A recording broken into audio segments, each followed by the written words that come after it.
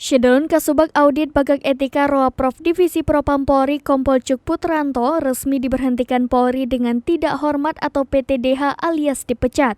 Pelaksanaan pemecatan itu dilakukan melalui sidang kode etik karena dianggap melakukan penghalangan penyidikan atau obstruction of justice dalam kasus kematian Brigadir Nofriansyah Yosua Huta Barat alias Brigadir J.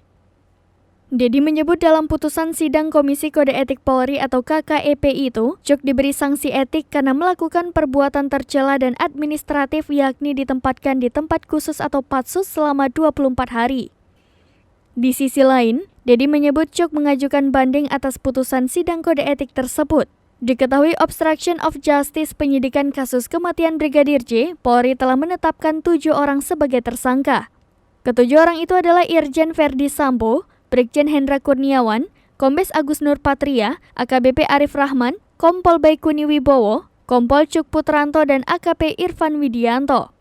Mereka diduga melanggar pasal 49 Jungto pasal 33 dan atau pasal 48 ayat 1 Jungto pasal 32 ayat 1 UU ITE dan atau pasal 221 ayat 1 kedua dan 223 KUHP Jungto pasal 55 KUHP dan atau pasal 56 KUHP. Dalam hal ini, Verdi Sambo adalah aktor utama pembunuhan Brigadir Yosua, termasuk menyusun rekayasa skenario untuk menutupi aksinya, memerintahkan menghilangkan barang bukti hingga menghalangi penyidikan.